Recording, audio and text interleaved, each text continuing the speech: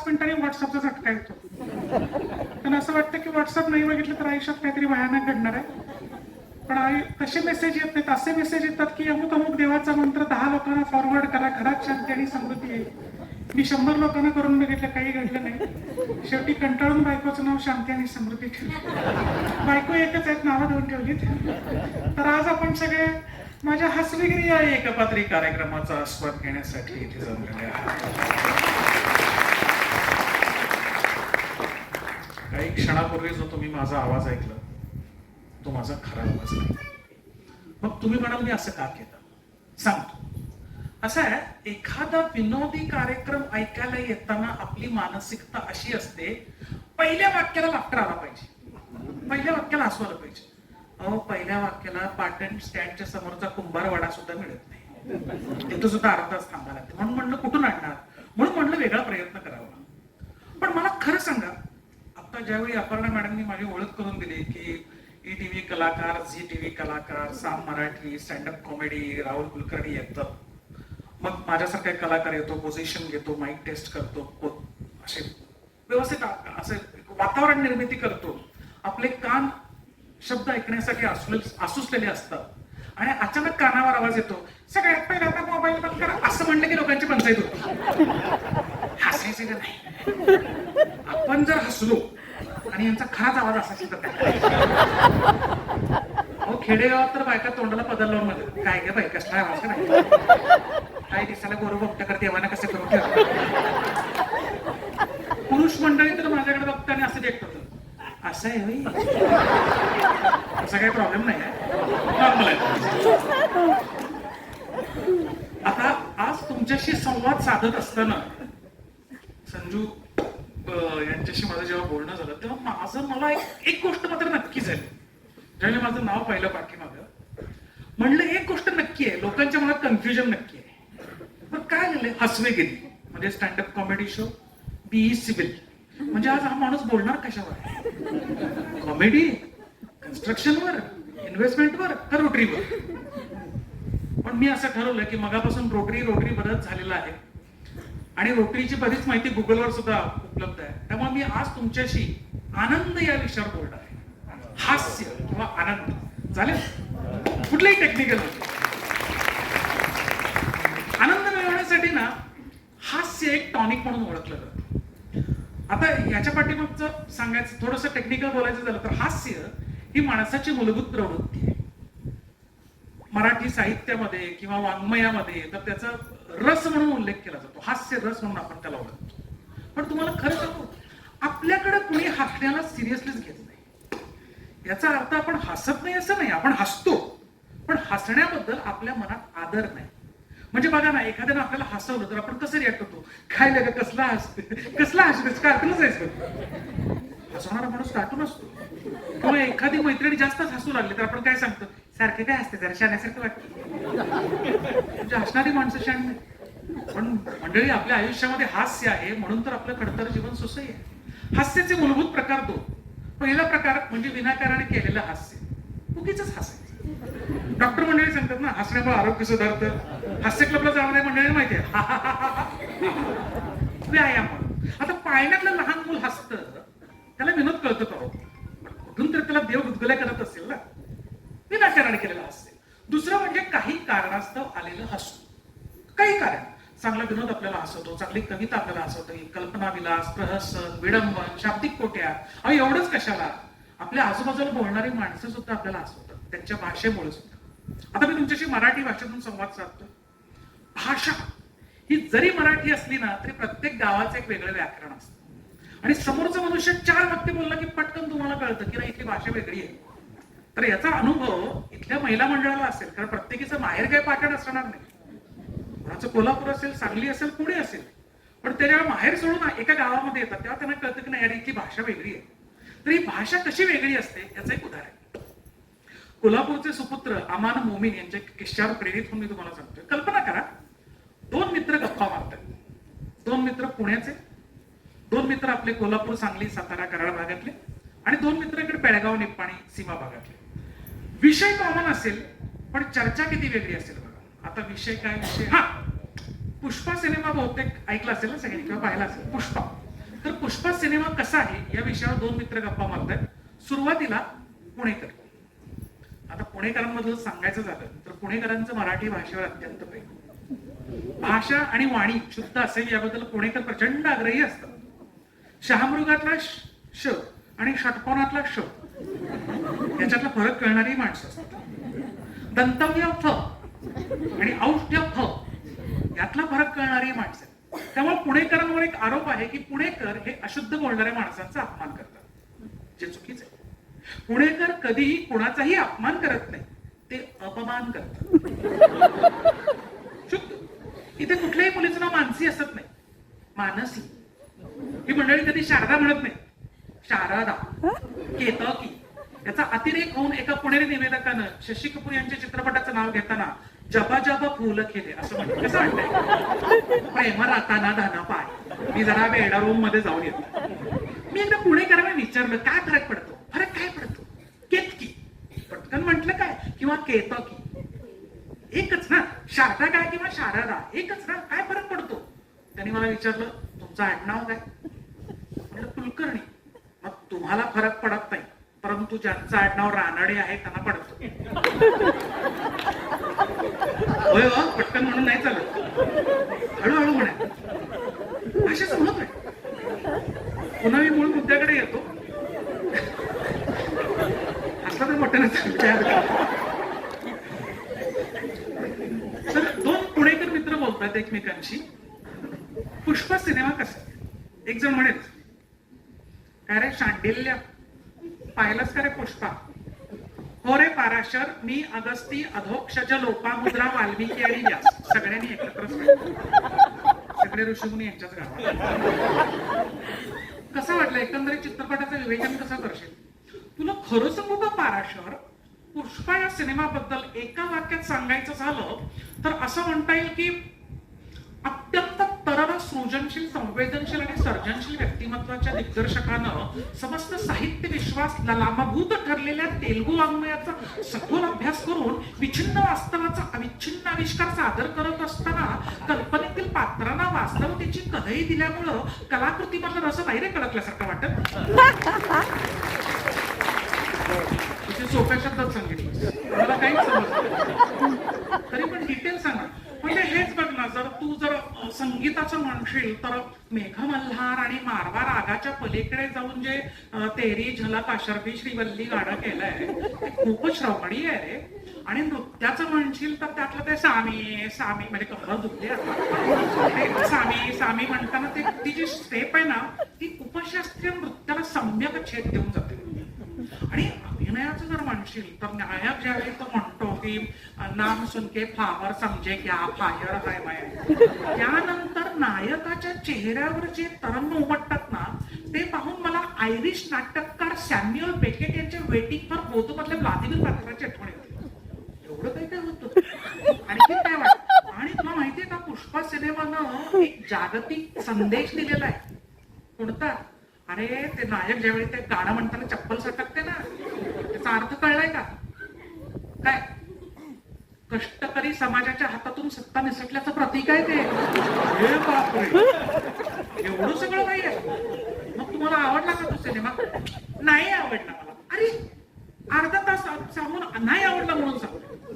आता याच विषयावर जर बेळगाव भागातले दोन मित्र बोलू लागले अशी जर आपण कल्पना केली तर मुळात जी बेळगावची भाषा आहे ना त्याच्यामध्ये एक वेगळा कोड आहे, एक वेगळं माधुर्य आहे, ऐकायला छान वाटतं. अर्थात बेळगावकडची माणसंच खूप छान असतात. अर्थात बेळगाव म्हणजे सासरवाडी तो भाग आहे. तर बेळगावचे दोन मित्र कसे बोलतात बघा. काय रे रोमण्णा, ते पुष्पा बघितलं का नाही? हे बघितलं म्हणे ब्रह्मांडा. कसं बघितलं म्हणे? ते केबल टीव्हीवर लागलेलं नाही, ते बघितलं म्हणे. काय तर असते ते आलू अर्जुन असते नाही, सगळीकडे झांगड मारून येते म्हणे. काय तुझ्याकडे बघाच म्हणे. मी म्हणालो बाबा आमच्याकडे महाराष्ट्रात तुका म्हणे, नामा म्हणे, जना म्हणे, हे नेमकं तुमचं कोण म्हणे माहित नाही म्हणे. काय आता मराठीची आणखीन गंमत आहे. ज्यांची मातृभाषा मराठी असते ना त्यांना कोणत्या ठिकाणी कोणता शब्द वापरला पाहिजे याचं काही जसे प्रघात असतात ते आपल्याला माहिती असतं. परंतु ज्यांची मातृभाषा मराठी नसते त्यांना लक्षात येत नाही कुठे काय बोलावं. आता मी ज्या कॉलेजमध्ये प्राध्यापक म्हणून काम करायचो ते कन्नड भाषिक सर होते, मातृभाषा कन्नड. पण कोल्हापुरात राहायचं म्हटल्यानंतर मराठी बोलणं गरज आहे. मग आता रक्षाबंधनाचा दिवस, सगळे विद्यार्थी रक्षाबंधन साजरे करून राखी बांधून आले होते आणि सरांना कौतुक ना रक्षाबंधन मिळले. मग पहिल्या 8च्या लेक्चरलाच एका विद्यार्थ्याच्या हातातली ते रक्षाबंधनची राखी बघून म्हणाले, काय रे आज सकाळ सकाळी रक्षा विसर्जन करून आले काय? घाबरले. बंधन कुठं, विसर्जन कुठं? हेच सर मला एक दिवस सांगतो. काय सांगू तुम्हाला कुलकर्णी सर, त्या फर्स्ट इयरचा मुलगा व कॉलेज मधला त्यानं काही अभ्यास केला नव्हता. मला आला राग. मग मी त्याला एवढं बोललो बिचारा माझ्या समोर फळा रडलं की रडणं फळा कसं असेल?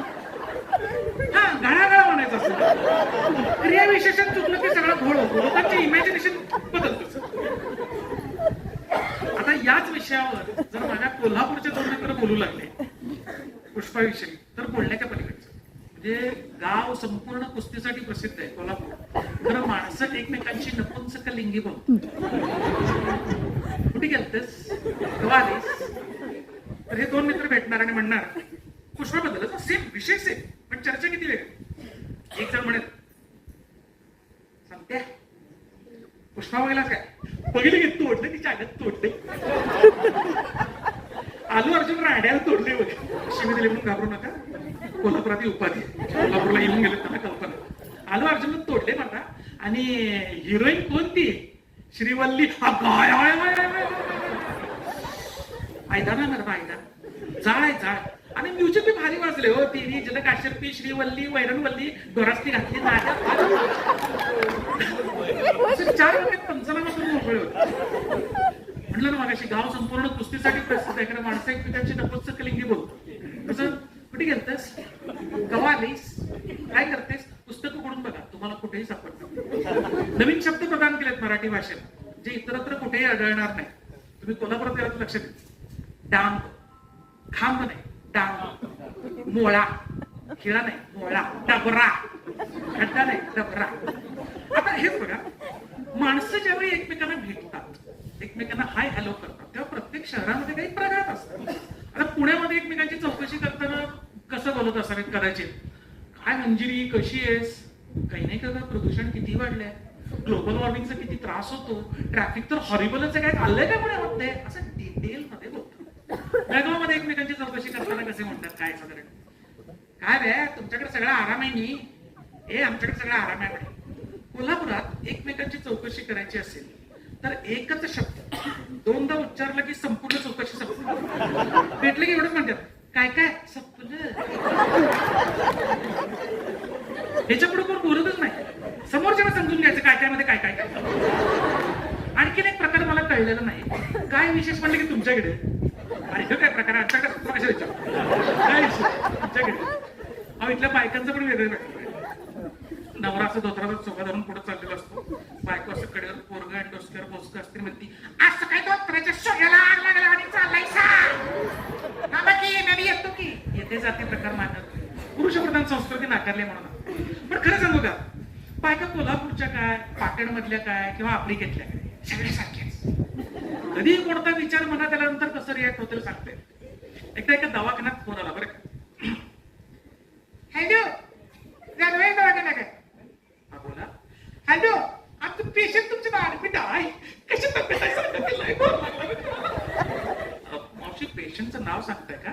हा ते राधाबाई घोटाळे म्हणून नाव आहे बघा, कशी तब्येत आहे? एक मावशी काम करते, 15 मिनिटांनी मला कॉल बॅक करता, मी राधाबाईंच्या नर्सला विचारतो आणि मग तुम्हाला कळवतो. हा विचारत ठेव बाय, मी करतो फोन. 15 मिनिटांनी परत फोन. हॅलो आमचं पेशंट तुमच्या ऍडमिट आहे, राधाबाई घोटाळे कशी तब्येत आहे? अरे हा मावशी मगाशी तुमचा फोन झाला नाही का? बघा राधाबाईंची प्रकृती अतिशय चांगली आहे, ब्लड प्रेशर नॉर्मल आहे आणि डॉक्टरनी सांगितलंय उद्या त्यांना आम्ही घरी सोडणार आहे. लय चांगली बातमी दिली सर बाबा, काळजावरचं दोंडा उतरला मान्य झालं. ठेवू का? 1 मिनिट मावशी, फोन ठेवायच्या आधी मला सांगा, तुम्ही राधाबाईंची आई बोलताय का? नाही नाही, इथं वरनं तुझे 203 खोलीत मी राधाबाई घोटाळेच बोलतोय. चार दिवस झाले डॉक्टरशी विचारते मला काय झाले सांग गाडी पण सांगायला म्हणून याच फोन केला कसं मार्ग काढतील बायका सांगा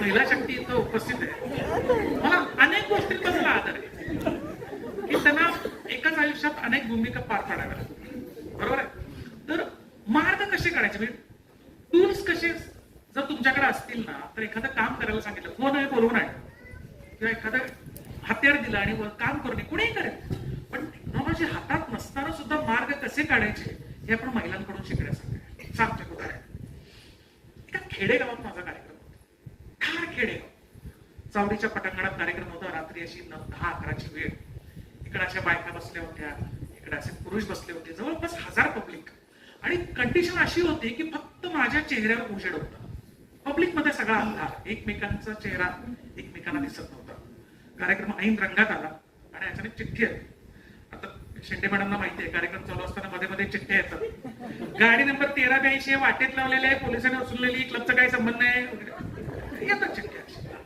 मी चिठ्ठी वाचली कार्यक्रम थांबवला सगळा अंधार महत्वाची सूचना आहे भुजंगराव कुकटे जे कोणी असतील त्यांनी ताबडतोब घरी जायचं आहे इमर्जन्सी आहे घरची माणसं वाट बघतात चिठ्ठी ठेवली कार्यक्रम सुरू केला एवढ्या पुरुषांच्या मधून जे कोणी भुजंगराव होते ते उठून उभे राहिले जाऊ लागले तेवढ्या बायकांच्यात एक आवाज आला अंतरात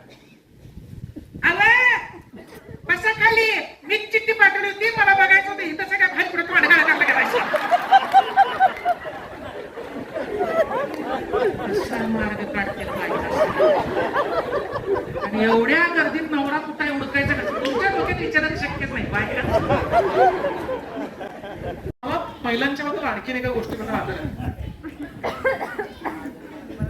एकाच आयुष्य त्यांना अनेक भूमिका पार पाडाव्या कधी आई बनून कधी पत्नी बनून कधी बहीण बनून तर कधी मुलगी बनून परंतु ही जी नाती आहेत ती नाती निभावत असताना ज्या त्या नात्याला तेच नाव का दिलं गेलं याचं रहस्य बहिणाबाई चौधरींनी एका ओवीतून उलगडून दाखवले म्हणजे आईला माय का म्हणायचं बहिणीला जिजी का म्हणायचं त्यासाठी बहिणाबाई म्हणतात मायले माय म्हणता ओठाले ओठ भिडे बघा माय म्हणताना ओठाला ओठ भिडतो का कारण ती माय आहे जिथं प्रेम आहे जिव्हाळ आहे ओलावा आहे माय मायले माय म्हणता ओठाले ओठ भिडे चुलतीले काकी म्हणता किती अंतर पडे काकी म्हणताना ओठ जवळ येणार नाही कारण फरक आहे आईची माया वेगळी चुलतीची माया वेगळी मायले माय म्हणता ओठाले ओठ भिडे चुलतीले काकी म्हणता किती अंतर पडे जीजीले जीजी म्हणता मिळे जिभले निवारा जीजी म्हणताना जिभेला एक सपोर्ट मिळतो निवारा मिळतो तशीच बहीण आपल्या आयुष्यात सपोर्ट असते शेवटचं नातं फार महत्वाचं आहे मायले माय म्हणता ओठाले ओठ भिडे चुलतीले काकी म्हणता किती अंतर पडे जीजीले जीजी म्हणता मिळे जिभले निवारा आणि सासूले सासू म्हणता गेला तोंडातून वारा बघा सासू नुसतं वाराच जाणार भावना इमोशन काय नाही सासू आता तुम्ही म्हणाल सगळ्या सासवा अशा असतात का नाही सगळ्या सासवा अशा नसतात पण बायकांच्या बाबतीत ना भूमिका बदलल्या की त्यांचे ऍक्शन आता कल्पना करा 50च्या आसपास वयोमान असणाऱ्या 2 बायका त्यांचा एकमेकींमधला संवाद एक जण म्हणते काय पारबाई काय कळलं ते खरं आहे का काय म्हणते सर तुम्ही म्हणा एकाच मांडवात तुमच्या लेकाचं लगीन केलं त्याच मांडवात तुमच्या लेकीचं पण लगीन झालं आता तुम्हाला नवीन जावई आला नवीन सून आली काय लाडगुडी द्यायचं का नाही काय करू बाई जरा गडबडीतच झालं खरं सगळंच चांगलं झालं पण ते ना मग नवीन सून कशी म्हणायची तुमची बायकाला रांडगा इंटरेस्ट कॉलनीतली नवीन सून कशी आहे काय रिपोर्ट येतोय सांगा की नवीन सून कशी म्हणायची तुमची नव्या समस्या काय बाई आमच्या काय ते बरेच म्हणायचं का हो असं का म्हणताय सा आता काही लगीन करून आमच्या घरी आली म्हटल्यावर कशाला पण वाईट बोलायचं बाई चांगलीच म्हणायची असं कसं जरा इस्कटून सांगा की नवीन सुन आहे आमची ऐक सकाळी 9 वाजेपासून हातोनात लोळत पडलेली असते नंतर म्हणा हिच्या नवऱ्यानं स्वतःच्या हात हातानं कानातल्या हंतरुणात चहा द्यायचा. स्वयंपाकघरात इकडची गाडी तिकडे करत नाही नवीन सून. आणि नंतर नवऱ्याला म्हणते मला फिरायला घेऊन चला, फिरायला घेऊन चला. अशी आमची नवीन सून आहे. आणि नवीन जावई कसा तुमचा? जावई मात्र माझा चांगला आहे ग. माझ्या लेकीला उठायला उशीर झाला तरी काही म्हणत नाही. स्वतःच्या हाताने लेकीला अंतरात चहा देऊन जावई. स्वयंपाकघरात मदत करतो, फिरायला घेऊन जातो. जावई चांगलं आहे ग. सुनच काय करावं जरा कळायचं. आवडलं असेल तर एखादी टाळी बोलत. सासूबाई शेजारी नसतील तर.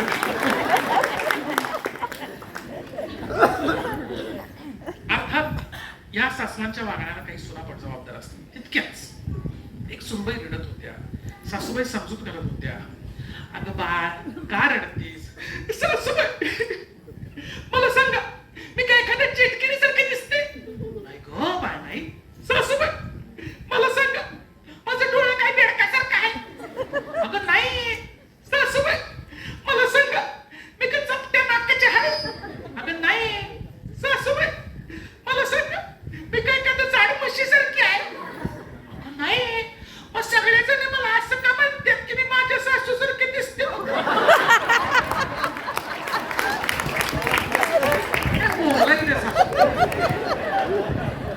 म्हणून सांगतो लग्न ठरवताना नवरा बायकोची पत्रिका महत्वाची नाही. होणाऱ्या सासूची आणि सुनेची पत्रिका बघितली पाहिजे. नवरे काय ऍडजस्ट करतात लोक काय सांगतो बरोबर आहे.